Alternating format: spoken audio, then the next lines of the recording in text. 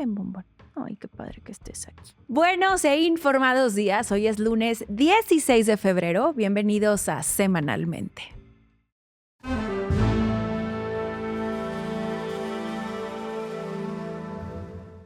Qué gusto, qué emoción estar con ustedes una semana más. A ver, como ustedes saben, este espacio es por ustedes.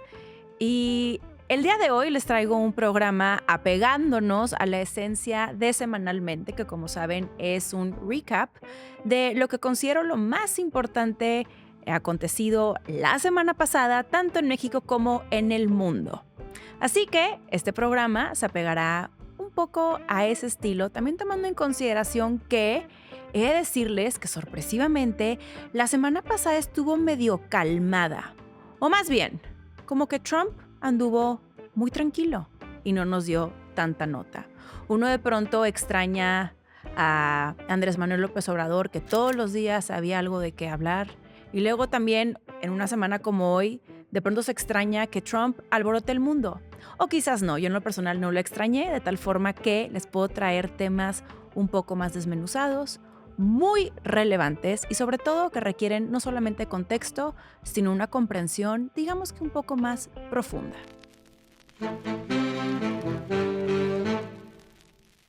Vaya éxito el que tuvo el episodio pasado. En Los Reales hablaré de algunas lecciones respecto al exitazo que tuvo, pero bueno, como saben, cerré ese programa platicándoles que la Ghislaine Maxwell se presentaría frente al Congreso. Y bueno, la figura clave que podría arrojar luz sobre el caso Epstein decidió no hablar.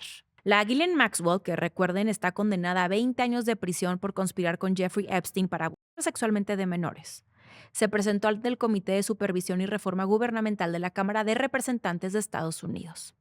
Recuerden que ella es la persona con más información directa sobre la red de Epstein que sigue con vida. Claro, porque no la han matado. Un día antes ya había señales de lo que se esperaba, pues el congresista Ro Khanna informó que Maxwell planeaba invocar la quinta enmienda, es decir, el derecho a no autoincriminarse, y también negarse a responder cualquier pregunta sustantiva, que en su lugar lo que ella iba a hacer era leer un comunicado preparado. Pero el congresista subrayó además una contradicción, pues según lo reportado, la Ghislaine Maxwell no había invocado ese derecho de autoincriminarse cuando previamente se reunió con el vicefiscal general para hablar sobre temas similares.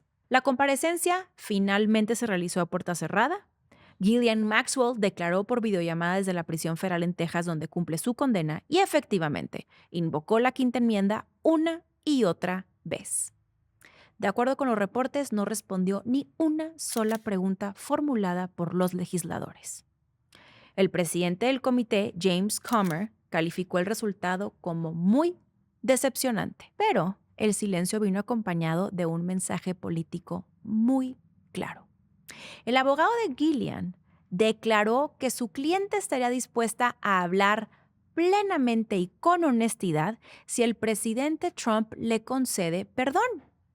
Esto bajo el argumento de que solo ella puede ofrecer el relato completo de lo ocurrido y sostuvo que tanto Trump como Bill Clinton son inocentes de conducta indebida en relación con Jeffrey Epstein. Tras la sesión, legisladores de ambos partidos, o sea, legisladores demócratas y republicanos, señalaron que Ghislaine Maxwell parecía estar haciendo campaña para obtener un indulto. Desde la Casa Blanca se reiteró que Trump no está considerando un indulto para Ghislaine Maxwell en este momento, aunque también se recordó que el presidente tiene la facultad legal para concederlo. En declaraciones previas, Trump había dicho que no había pensado en indultarla y que nadie se lo había solicitado. Y todo esto ocurre mientras el Departamento de Justicia sigue publicando millones de documentos del caso de Epstein, lo que mantiene la presión pública sobre quiénes tuvieron vínculos con este monstruo de persona. En otras palabras, la única persona que podría detallar cómo operaba la red de Epstein decide guardar silencio, pero deja abierta una puerta, la del perdón presidencial como condición para hablar. No, bueno, me queda claro que la Gillian de tonta no tiene un solo pelo.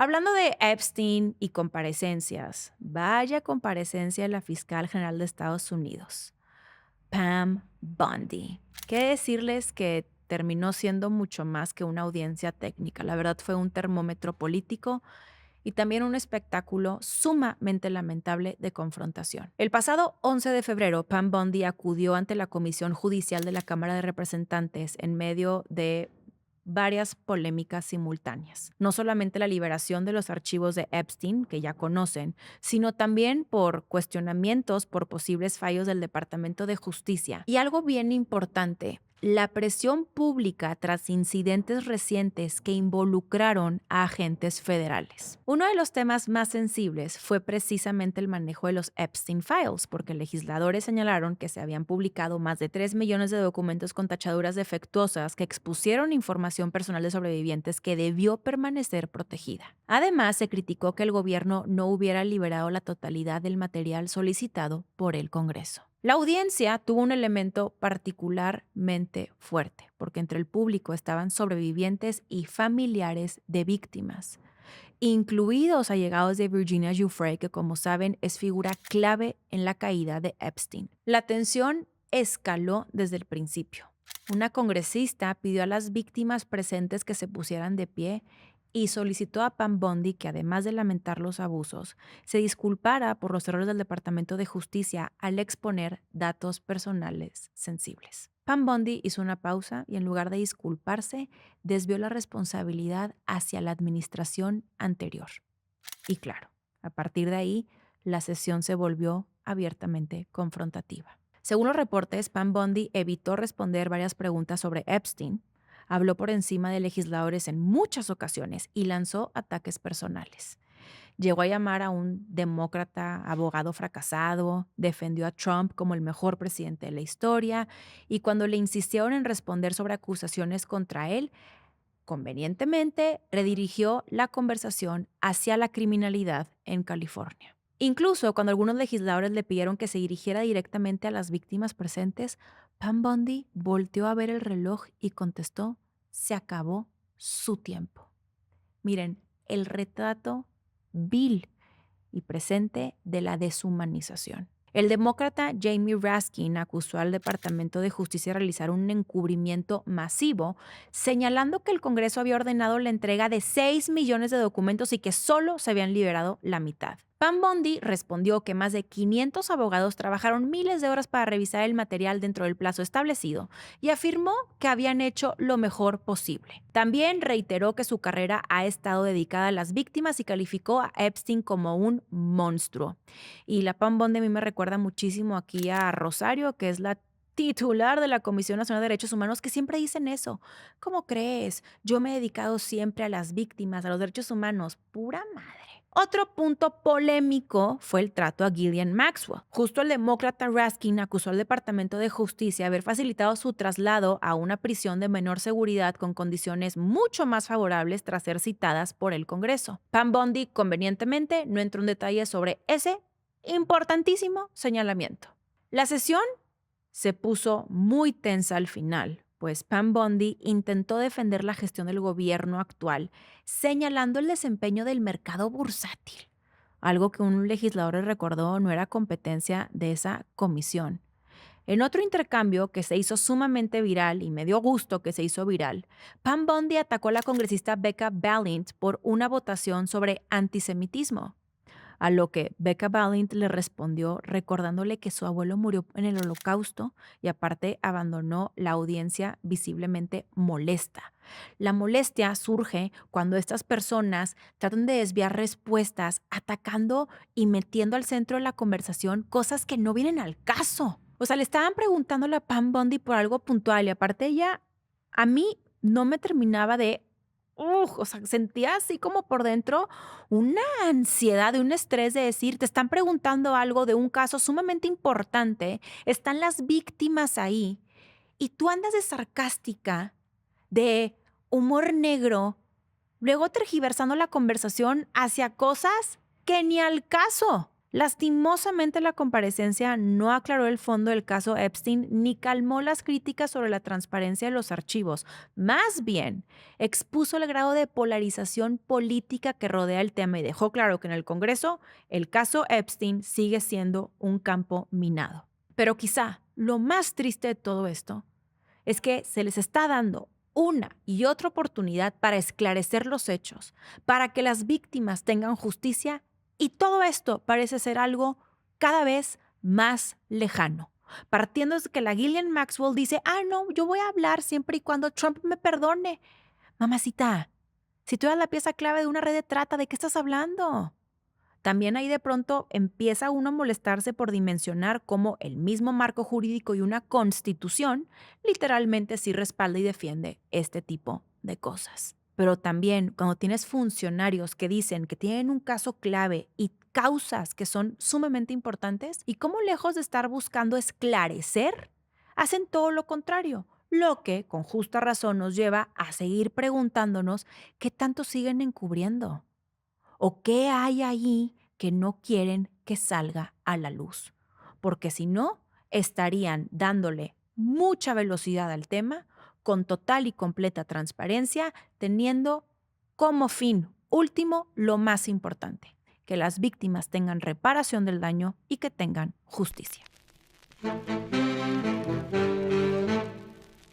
Hoy, evidentemente, me ando, miren, pero molestando muchísimo. Y es que de verdad sí estoy bien molesta, porque de pronto son casos, son historias en donde uno dimensiona los daños que ocasionan a las personas y dimensionar la incompetencia del Estado, de los funcionarios públicos que suponen que están ahí justamente para proteger y cuidar a la población, sino para qué están ahí. Y me es inevitable no molestarme. Es lo que va a pasar con lo que les voy a platicar a continuación. Y es que en Paraíso, Tabasco, que ya no tiene nada de paraíso ese lugar, 2 escuelas públicas quedaron literalmente pegadas a una de las obras más emblemáticas del proyecto energético de la 4T, la refinería Olmeca en Dos Bocas. Estoy hablando del preescolar Agustín Melgar y la primaria Abías Domínguez Alejandro, que están ubicados en la colonia Lázaro Cárdenas del Río. Padres y docentes describen que entre las bardas de los planteles y la refinería hay apenas unos 4,5 metros. O sea, nada más dimensionen que esto no es nada y que entonces este plantel educativo está literalmente al lado de una refinería. Un plantel en donde estudian aproximadamente 400 niñas y niños. 400 niñas y niños que conviven a diario con olores a químicos, emisiones y ruido industrial constante. Los niños y niñas presentan síntomas como dolores de cabeza, mareos, náuseas, vómitos, sangrados nasales y problemas respiratorios. También reportan que el ruido es tan intenso que a veces no se escucha a la maestra y que los vidrios vibran durante clases. Incluso se ha informado que las escuelas han sido evacuadas en varias ocasiones por malos olores o por síntomas generalizados entre los estudiantes. La demanda central de los papás es que se reubique totalmente ambos planteles. Ellos argumentan que las normas técnicas recomiendan que escuelas se encuentren a distancias mucho mayores de instalaciones industriales de alto riesgo, en algunos casos más de 500 metros o incluso 1 kilómetro, algo que claramente no se cumple en este caso. Estamos hablando de 4,5 metros. Según las familias, llevan solicitando la reubicación desde la construcción de la refinería. Afirman que incluso identificaron un terreno alternativo, que presentaron cotizaciones, pero que no han recibido avances concretos. Afortunadamente, organizaciones ambientales han acompañado el caso y han solicitado formalmente a autoridades federales el traslado de las escuelas. Y quiero decirles que con este video, que también lo vamos a clipear, quiero que me ayuden a que podamos poner esta historia al centro de la conversación, hagámosla viral y ayudemos a estos papás a que por favor se trasladen por completo estas escuelas.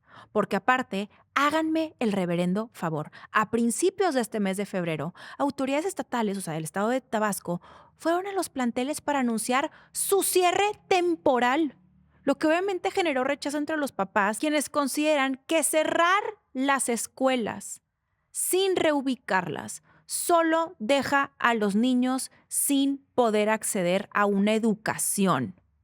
No los deja sin riesgo. Ahora, las posturas oficiales han sido distintas, porque por su parte la presidenta Claudia Sheinbaum señaló que Pemex está revisando posibles niveles de contaminación y que la reubicación es una opción viable. Para mí, es la opción más viable y lo que tienen que empezar a hacer ya. En contraste, el gobernador de Tabasco afirmó que no se ha demostrado daño alguno y sostuvo que la refinería cumple con certificaciones ambientales. Yo no sé en qué planeta vive el gobernador de Tabasco, pero definitivamente, atendiendo las causas de su población, no. Porque bien sabrías cuánto daño hace esto.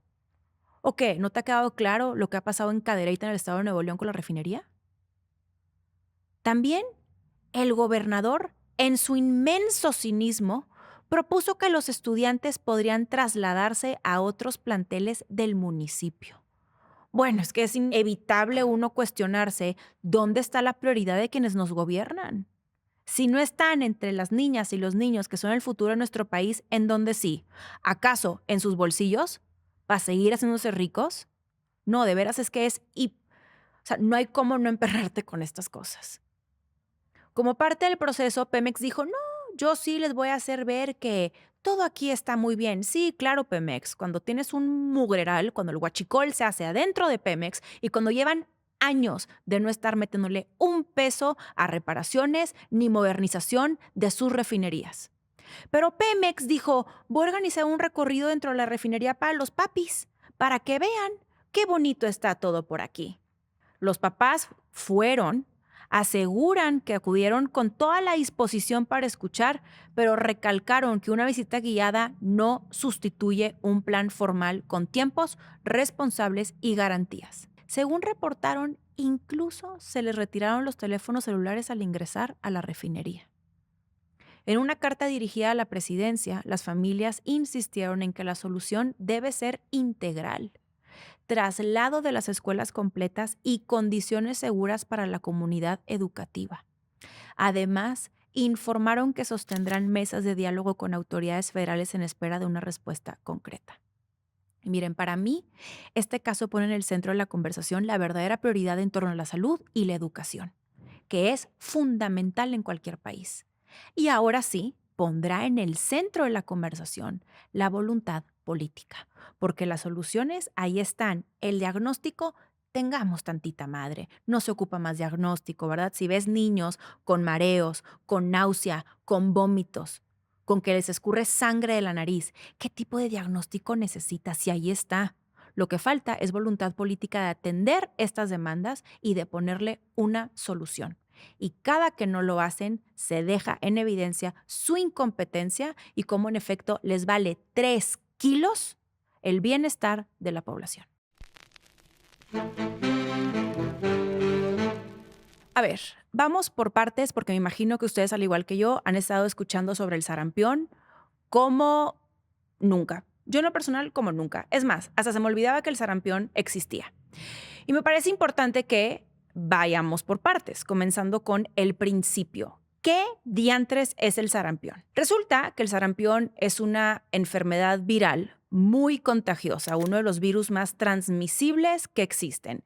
Y sí, a mí, seguramente al igual que a ti, me es inevitable remontarme al 2020 y pensar en el COVID.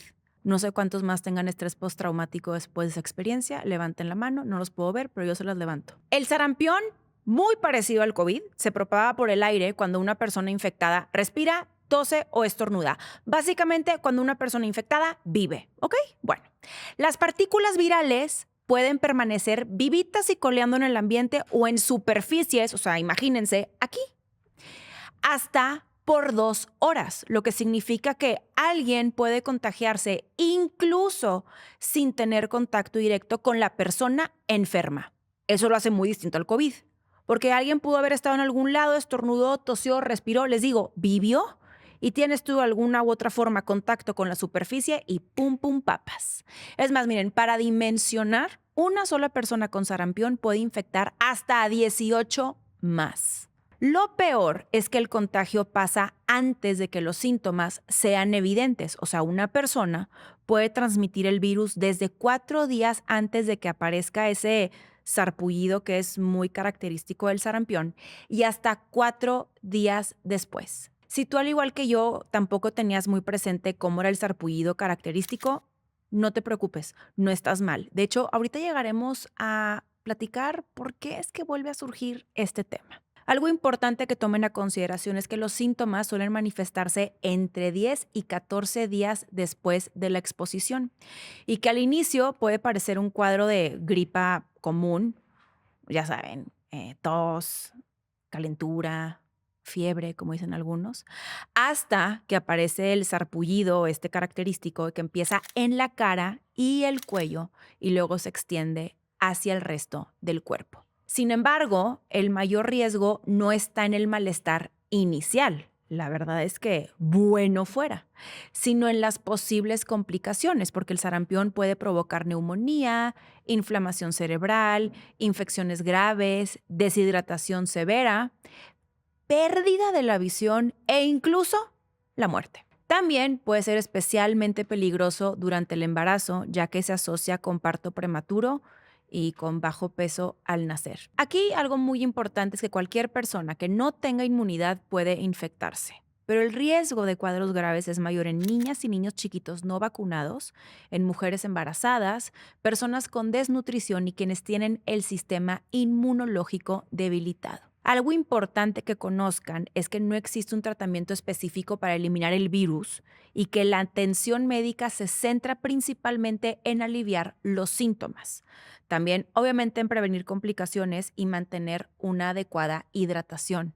Pero solo en algunos casos se utilizan antibióticos para tratar infecciones secundarias. O sea, no hay tal cosa de que, ay, tengo sarampión, voy por antibiótico. No, mijos, eso no jala. Justo por esta razón, la vacunación es la principal herramienta de prevención, porque 2 dosis de la vacuna equivalen a una protección efectiva y aparte ayudan no solo a evitar la enfermedad individual, sino algo sumamente importante que es impedir su propagación en la comunidad. Bueno, yo me supongo que ya con la introducción bastó para que digamos a su madre, esto se puede salir de control. Y es que, en efecto, el problema es que el sarampión está regresando con fuerza.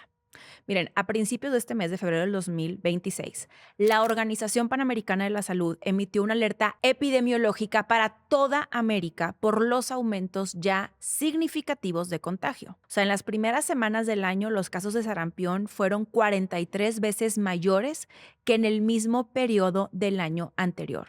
Solo para que dimensionen, en todo 2025 se registraron cerca de 14,900 casos en el continente americano. Que ya me supongo que ya nos quedó súper claro cuál es el continente americano, ¿verdad? Gracias, Bad Bunny, por haberlo hecho tan evidente con tu presentación en el Super Bowl. Ahora, solo en las primeras 3 semanas de 2026 ya se habían confirmado más de 1,000 casos. Los brotes más importantes se concentran en Norteamérica. Insisto, gracias Bad Bunny por nuevamente darnos lecciones de geografía.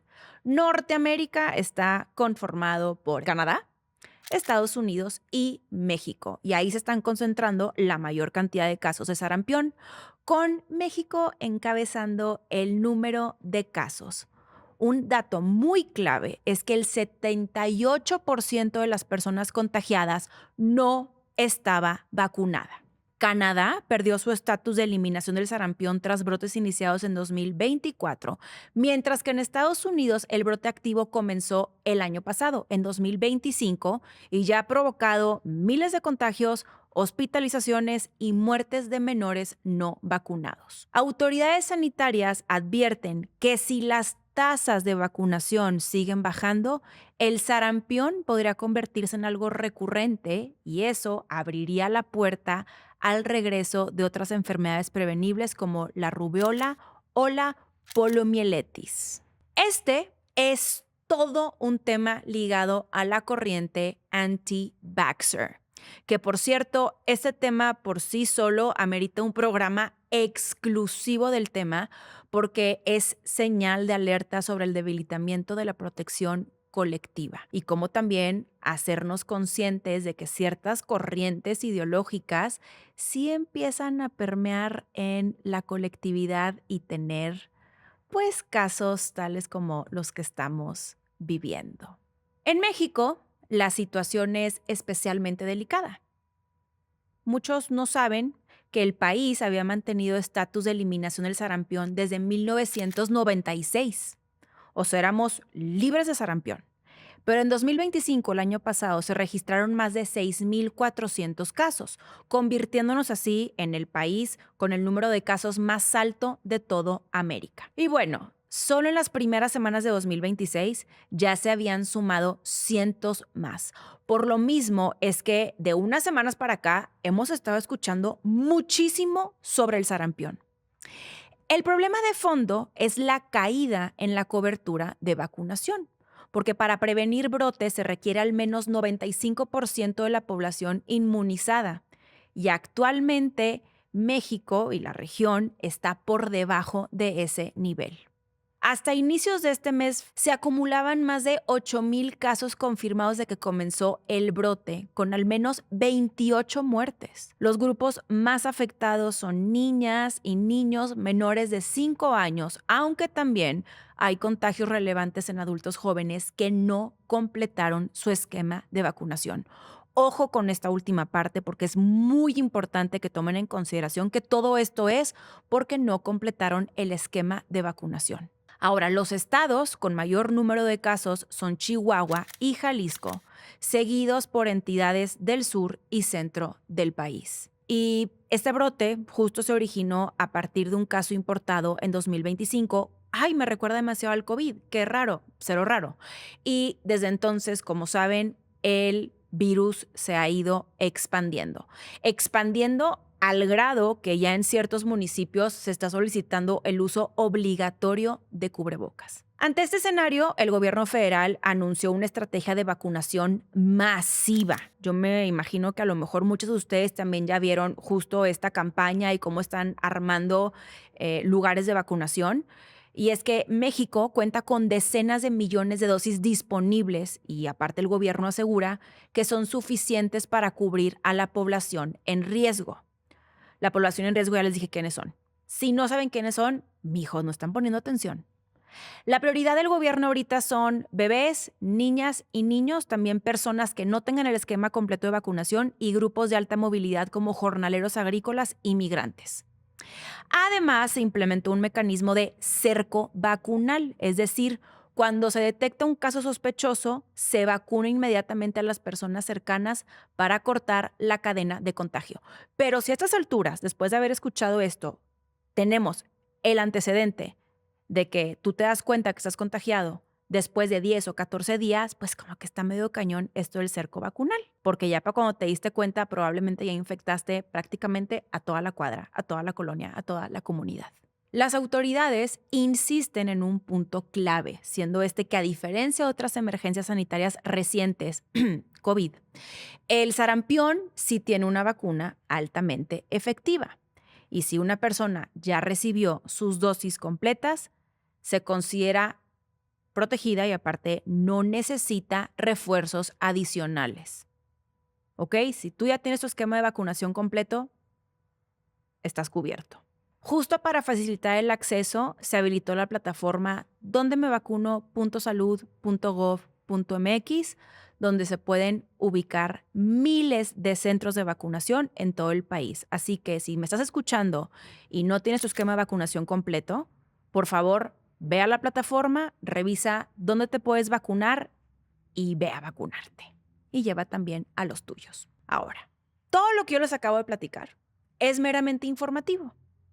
Ahora vámonos al análisis, porque es inevitable preguntarnos cómo un país que había eliminado el sarampión terminó en esta situación. México fue durante décadas un referente internacional en vacunación, y no solo en América Latina, ¿eh? Muchos no saben que entre países en desarrollo, México era referente, pero ese liderazgo evidentemente se fue erosionando. El punto de quiebre llegó en 2019, porque ese año, por primera vez en 2 décadas, todos los esquemas de vacunación quedaron por debajo de las metas. Y desde entonces la tendencia no se ha recuperado.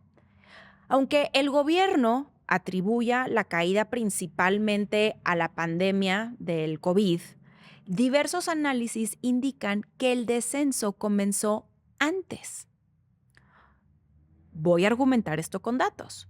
En 2018, la cobertura de la primera dosis contra sarampión era del 97%, la segunda del 99%, y un año después, o sea, en 2019, cayó a alrededor del 73%. Se preguntarán ustedes, oye, ¿cómo por qué? Es una disminución bastante considerable. Bueno, pues esto se dio principalmente por retrasos en la compra y distribución de vacunas asociados a la política de austeridad y a la centralización de adquisiciones. Esto no es una opinión, no es una suposición. Estos son hechos y son datos completamente verificables para todas y para todos. Durante la primera mitad de 2019, solo se había comprado alrededor del 10% de las vacunas necesarias para todo el año. La compra principal se concretó hasta mediados de ese mismo año, cuando ya el desabasto era inminente. Y un desabasto que todos conocemos. Insisto, no es cosa de yo pienso, tú piensas, podemos debatir. El desabasto es un hecho. Hay desabasto de medicamentos y eso, por supuesto, que tuvo su repercusión sumamente negativa. Repercusión siendo que alrededor de 1.5 millones de niñas y niños que debían recibir la vacuna triple viral simplemente no fueron inmunizados. Lo peor es que ese vacío se acumuló con el tiempo, porque niños que no recibieron su primera dosis, que tienen esquemas incompletos, coberturas fragmentadas, pues es una población sumamente vulnerable que hoy explica la magnitud del brote. Porque si hubieran estado con sus vacunas, inmunizados, pues el brote simplemente se empieza a ver topado. Pero como no se vacunaron, pues he aquí la situación. Ahora, el gobierno actual sí está buscando la forma de revertir esa tendencia. Me voy a los hechos y a los datos. Para el 2026 se reporta la adquisición de más de 27 millones de vacunas y la aplicación de más de 14 millones de dosis. Esta estrategia incluye las campañas intensivas por edad, en donde hay una vacunación muy segmentada en zonas con brotes y protección para personas menores de 49 años que no tengan el esquema completo. El gran problema aquí es que recuperar coberturas pues no es inmediato, ¿verdad? No es algo de la noche a la mañana. Y que un sistema de vacunación no se recompone con anuncios ni con compras de emergencia. Esto requiere una logística sostenida, confianza pública y un cierto tiempo para poder cerrar las brechas acumuladas durante años. Así que hoy México tiene millones de personas, especialmente niñas y niños, con esquemas incompletos o inciertos. Y eso nos devuelve a un escenario que creíamos superado, siendo este el del riesgo real de enfermedades prevenibles. Ojo con esto, enfermedades que perfectamente se pueden prevenir. Desmantelar un sistema de prevención es algo que, miren, ocurre rapidísimo. Fue lo que pasó. Ahora que estamos viendo que reconstruirlo no es algo necesariamente rápido. Y ese es el verdadero desafío que enfrenta el país en este momento. Y aquí como análisis, yo sí quiero mencionar que me ha sorprendido cómo en el transcurso de la presente administración ha quedado en evidencia, sin que lo digan explícitamente, la mala implementación de mucha política pública que se hizo durante la administración del expresidente Andrés Manuel López Obrador, en donde de pronto luego también juzgamos gobiernos ya que van pasando tiempo, ya que vamos viendo los resultados. A mí me parece impresionante la rapidez con la que podemos empezar ahora sí que a evidenciar y constatar como mucha política pública y como muchas ideas que sí, a lo mejor en el ideal sonaban muy bonitos, muy románticos como el deber ser, pero que todo se quedó atrofiado al momento de la ejecución. Y por eso es que yo sigo siendo sumamente incisiva en que el quehacer público y político es una profesión y que se tiene que profesionalizar. No es para gente improvisada, es para verdaderos profesionales que saben dimensionar que en sus manos está el rumbo de un país, que en sus manos hay millones de vidas y que se tiene que tratar con esa importancia, con esa seriedad y con ese profesionalismo. Este espacio, como saben, se creó con el fin de darle luz y visibilidad a aquellos temas que de pronto no predominan en nuestra agenda pública. Y miren, en muchas ocasiones, la verdad es que en la mayoría de las ocasiones, son temas no solamente dolorosos, sino sumamente incómodos porque implican dimensionar las condiciones de nuestro territorio. El caso de los mineros secuestrados en Sinaloa justo reflejan ese dolor y esa incomodidad.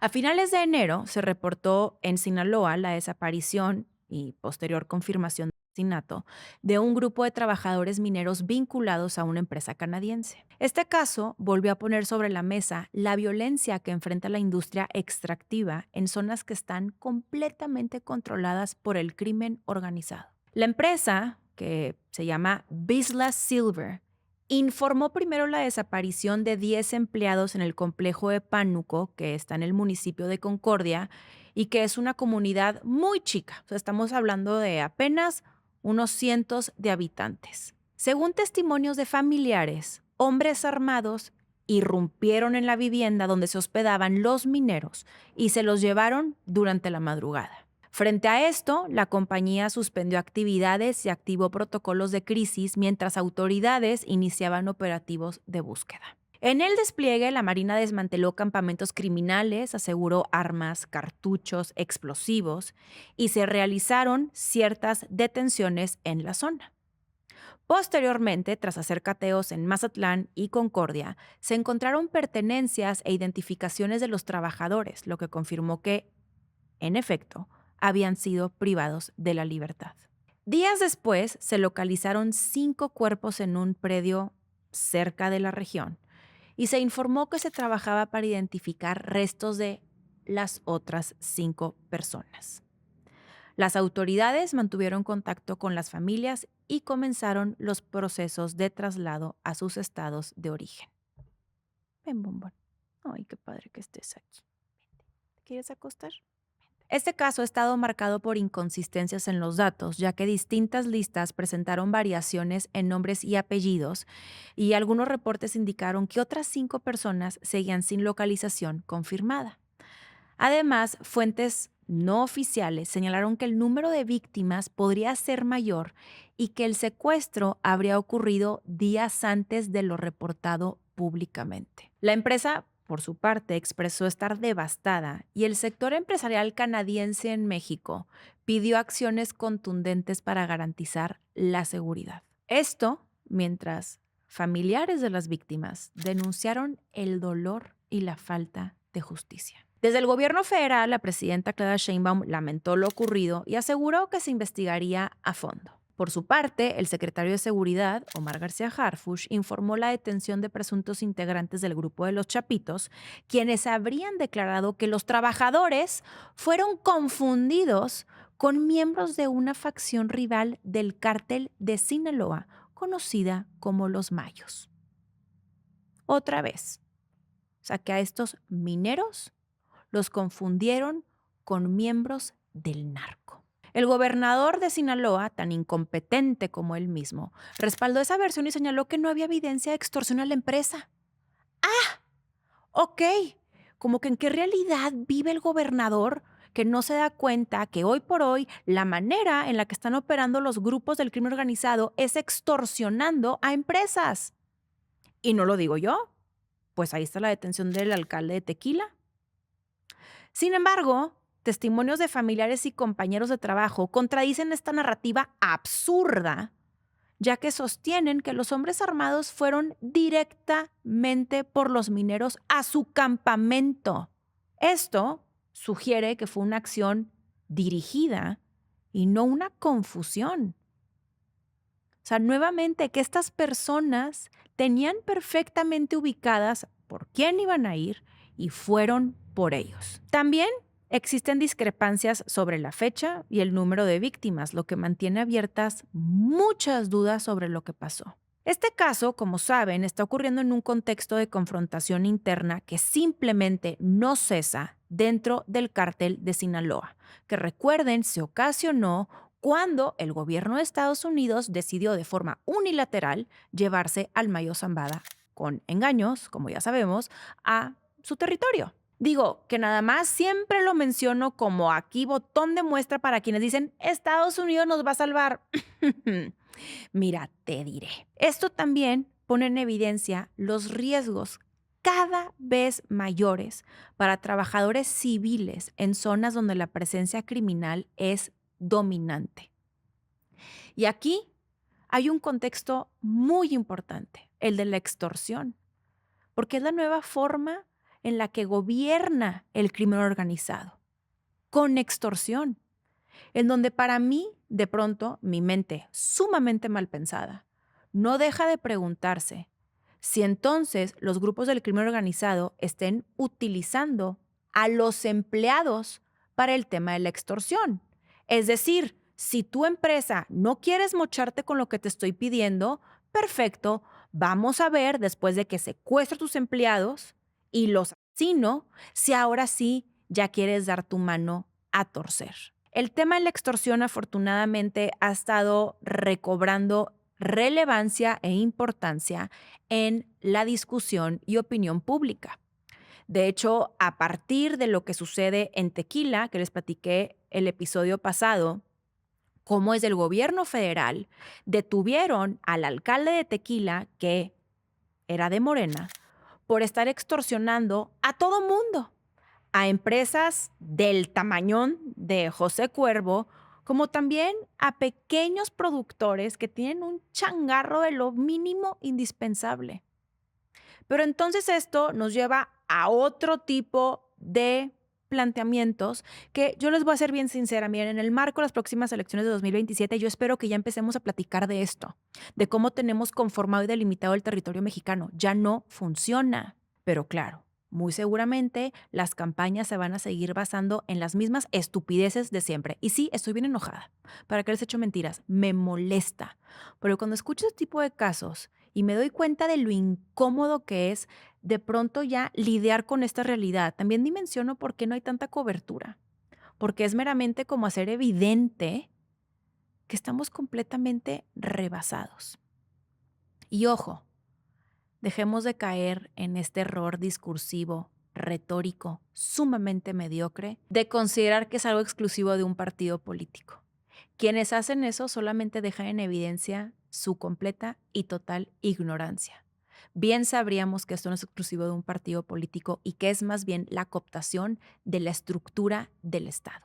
Y eso es lo que tenemos que seguir focalizando y tenemos que seguir señalando. Como también tenemos que seguir señalando que es una aberración que Rocha Moya siga siendo gobernador de Sinaloa.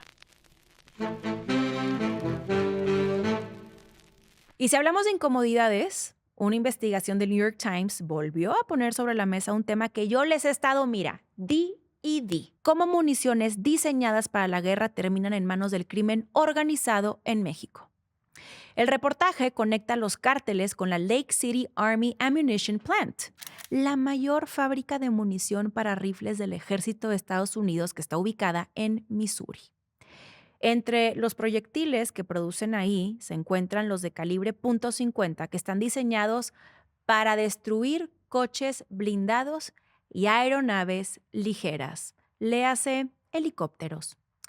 La investigación parte de un episodio ocurrido en el año de 2019 en Villa Unión, en el estado de Coahuila. Esto cuando un convoy del Cártel del Noreste entró a la localidad con armas de alto poder y abrió fuego. En ese lugar se encontraron decenas de casquillos calibre .50 con las siglas LC, LC no es LCD con la Chávez, no. LC identifican su origen en la planta de Lake City. Este tipo de munición es extremadamente potente, pues está pensada para uso militar. Pero versiones comerciales siguen vendiéndose legalmente a civiles en Estados Unidos, aunque su mercado interno es bien limitado porque las armas y los cartuchos que creen son bastante cariñosos. Pero claro, para los cárteles mexicanos el precio no representa una barrera que digamos si lo que les sobra es dinero. Con estas armas se han derribado helicópteros, atacado fuerzas de seguridad y perpetrado masacres. Desde 2012, autoridades estadounidenses han incautado más de 40,000 cartuchos calibre .50 en estados fronterizos y aproximadamente un tercio provenía de Lake City. Aquí el marco legal explica parte del problema, porque en el año 2000, ya llovió, el Congreso estadounidense prohibió vender al público munición perforante de este calibre, pero las versiones estándar y componentes siguieron circulando por vacíos legales y decisiones administrativas. Por cierto, un informe citado en la investigación resume cómo el propio sistema estadounidense termina armando indirectamente a civiles con algunas de las municiones más destructivas disponibles. El ejército estadounidense defendió la venta comercial de excedentes, argumentando que reduce costos para los contribuyentes, mientras que contratistas y distribuidores sostienen que ellos, operan dentro de la ley.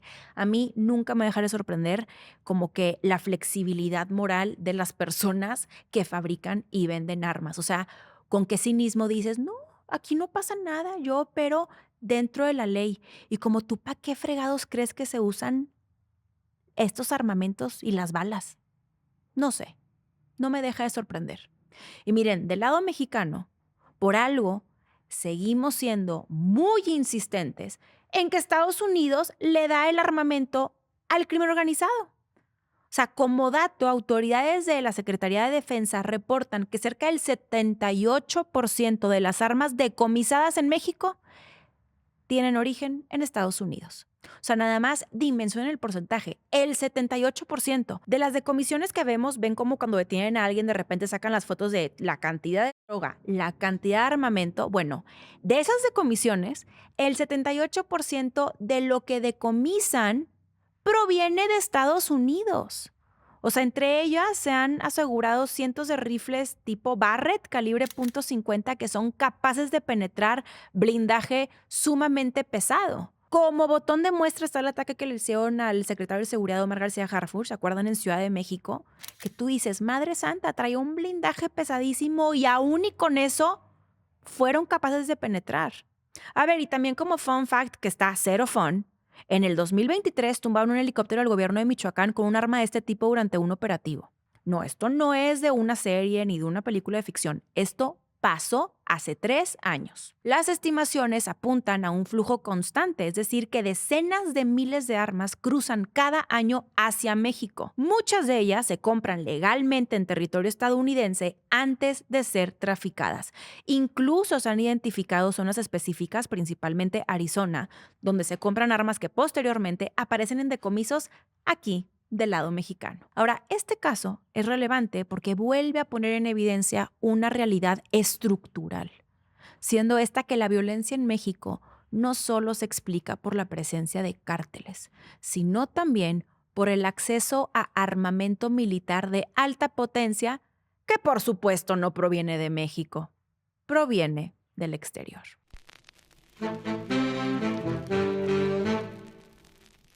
Hoy les traigo sección de breves pero importantes. Son pocas, pero son importantes. Miren, el Pleno del Senado la semana pasada le dio luz verde a la reforma para reducir la jornada laboral de 48 a 40 horas semanales en México. Pero se les chispoteó algo clave, que por ley sean obligatorios 2 días más de descanso. Esta propuesta, impulsada por la presidenta, plantea bajar 2 horas por año a partir de 2027 hasta llegar a las 40 horas en 2030. También permite hasta 12 horas extras a la semana en lugar de las 9 actuales. Aunque todos los partidos votaron a favor en lo general, el PAN, el PRI y Movimiento Ciudadano criticaron que no se garantice explícitamente la semana de 5 días laborales.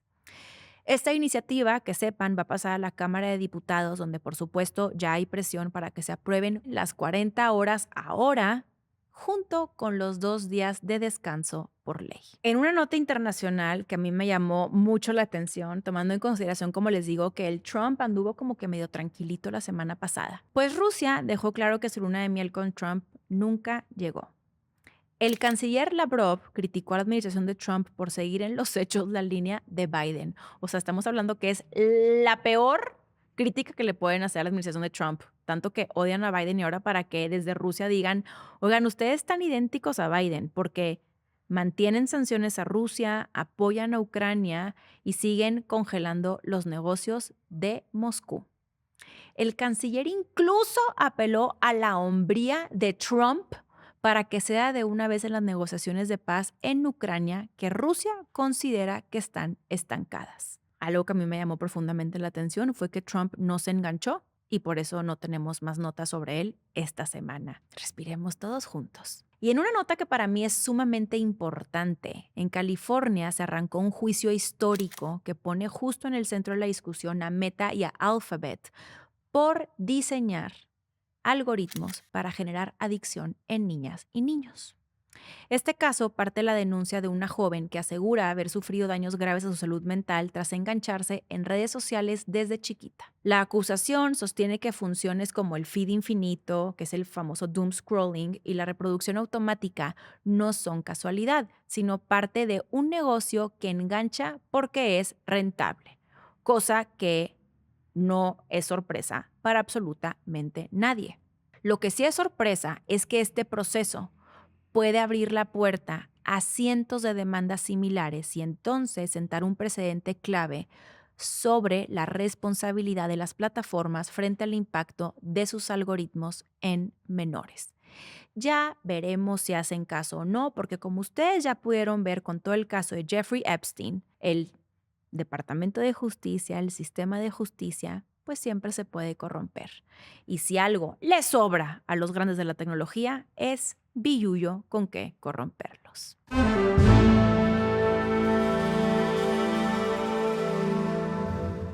Bienvenidos a Los Reales, estoy feliz que llego a Los Reales, aquí con Ay, vean esta belleza, qué cosa, ¿no? Bueno, mucho que platicarles. A ver, voy a empezar con los últimos capítulos, porque fue un poco un plan con maña. Perdón, yo les voy a ser súper sincera porque siempre les debo aquí honestidad y total transparencia a mis reales. Fíjense que yo llevo ya como varios tiempo viendo cómo diversificar contenido y sacar más contenido. Siempre desde hace mucho tiempo he tenido como esta inquietud de sí aventarme un diariamente, pero todos los días haz de cuenta que hago este ejercicio de autorreflexión de decir, ¿podría sostenerlo o no? Y ahorita como que estoy en una etapa en mi vida en donde sí estoy queriendo también darle un poco de prioridad a mi vida personal, que digo, un poco afín al 14 de febrero, que me vale gorro esa festividad. Digo, de chiquita sí era de que me vendrán a traer flores y chocolates. Nunca llegaron, pero no importa. Hoy me vale gorro porque ya sé que es algo de mercadotecnia. Y es más, me ha llamado mucho más la atención la forma en que las relaciones interpersonales se han ido debilitando en el transcurso de los años. Pero muchos piensan que vida personal es simplemente reducirlo a tu vida en pareja, cuando no, es darle tiempo a tus pasiones, a tus hobbies, a tus amistades, a tu entorno social. Y la verdad es que algo que no he platicado porque no se ha prestado el espacio y porque ya saben que yo sobre mis cosas muy privadas y personales casi no hablo. Esta carrera me ha demandado mucho y he tenido que renunciar también muchísimo a mi vida personal. Y entonces yo ahorita, para serles bien sincera, inclusive grabar una vez a la semana me quiebran muchas cosas. Por ejemplo, en marzo, algo que para mí es increíble que va a suceder y ya en su momento les platicaré, estoy viendo cómo no dejar este espacio, pero tampoco dejar estas oportunidades de crecimiento tan importantes, porque tengo que venir a grabar y porque mi prioridad sí es el compromiso que tengo con ustedes, mis reales y con mi audiencia. Entonces yo decía, ¿cómo diantres voy a sacar un diariamente si ahorita me la estoy quebrando, por no decir otra palabra, para grabar una vez a la semana?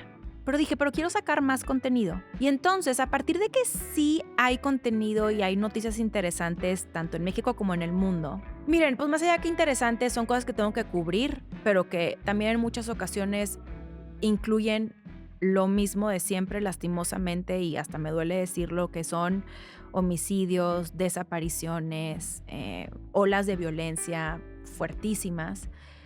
Pues dije, mira, voy a aprovechar para ver cómo jala si hago un episodio centrándome en Jeffrey Epstein, tomando en consideración que es un caso sumamente relevante, pero también lo hice como para medio testear y calar las aguas. Para sorpresa de nadie en mi equipo, porque cuando yo empecé a grabar hace una semana les dije, van a ver que vamos a partir madres con este episodio. Pues en efecto partimos madres. Ahorita llevamos que como 380,000 vistas.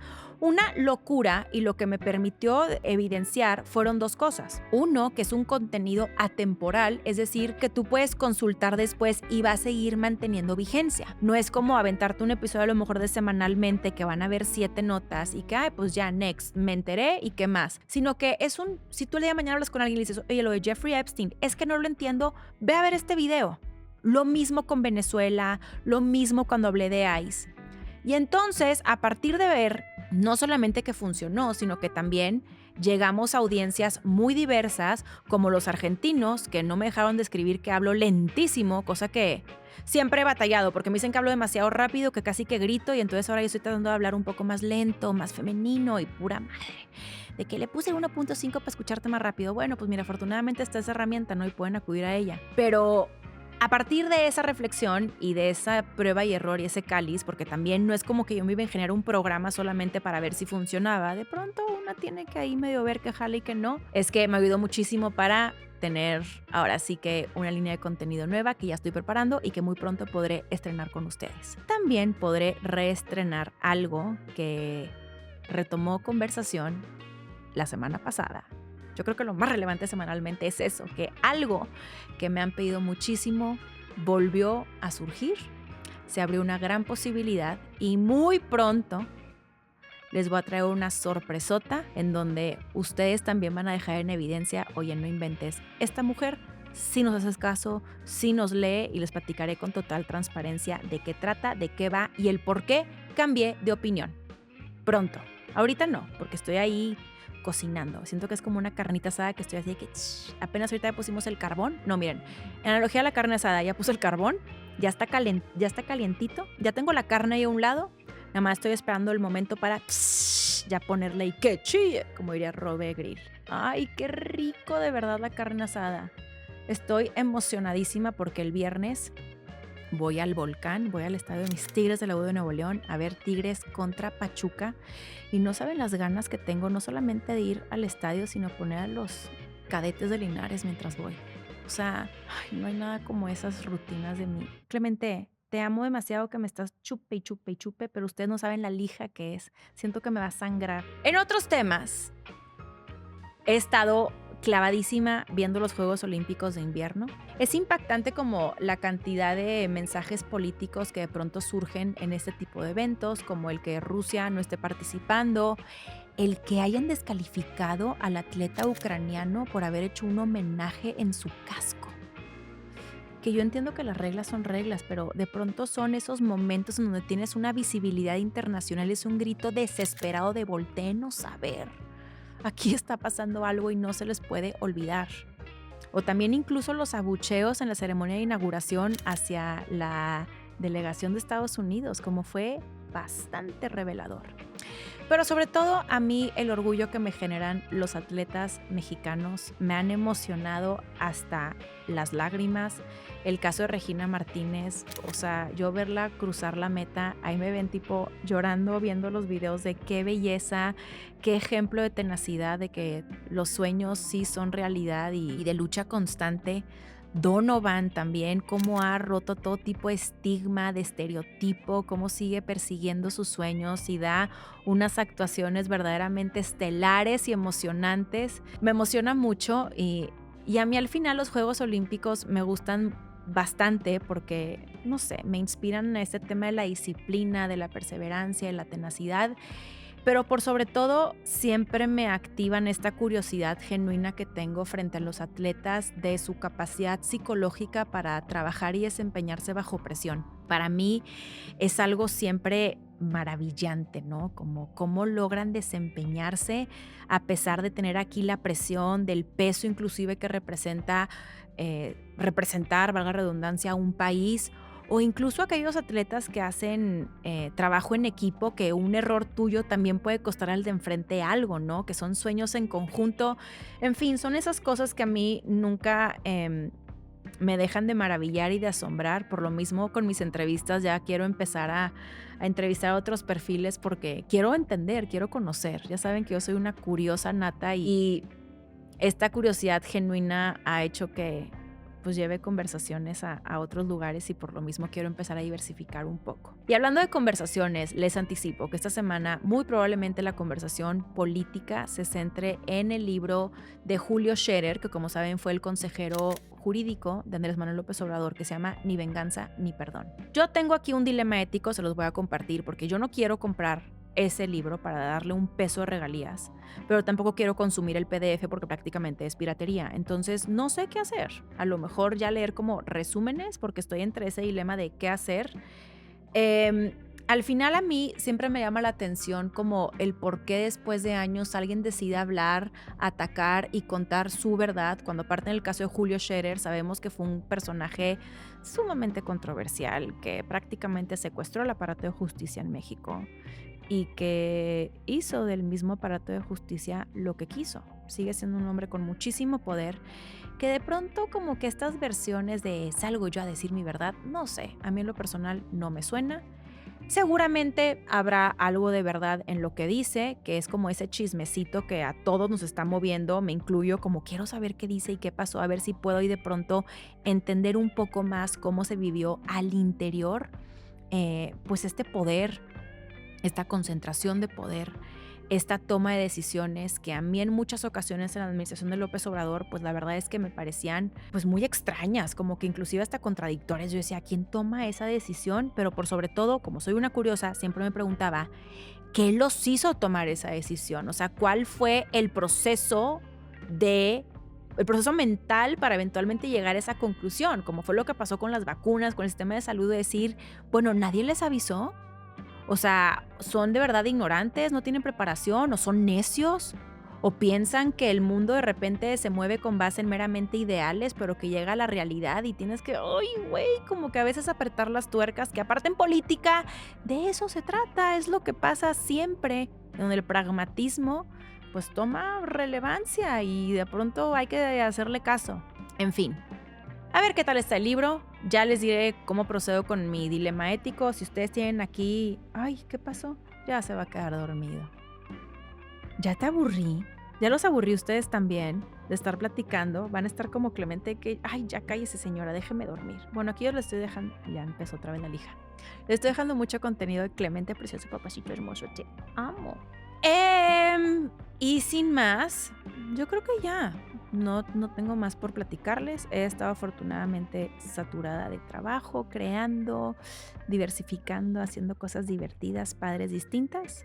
Y ya con un ojo muy puesto en todo el desmoder que se está haciendo al interior de Morena con motivo de las elecciones del próximo año.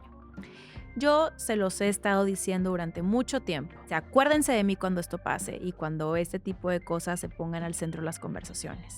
Debemos de analizar qué pasa al interior de Morena. La oposición no existe. La oposición partidista no existe. La verdadera disputa está al interior de Morena. Y esa es la que muchos no se están tomando el tiempo de analizar, de ver y de entender. Ahí está el meollo del asunto y de mí se acuerdan que conforme pasen los días y las semanas, lo vamos a ver cada vez más al rojo vivo. Ahí están episodios de la semana pasada, que Laida Sansores se fue contra Ricardo Monreal, que entonces Andrea Chávez se destapa para la gubernatura, pero la presidenta como que la minimiza, pero luego tienes el caso del Verde que destapan a una posible candidata para San Luis Potosí, para que luego Morena diga que siempre no, como incluso... senadores del Verde dicen que no van a apoyar la reforma electoral por el tema de los plurinominales, en fin. Ahí adentro está el verdadero desguance y es lo que tenemos que prestar atención.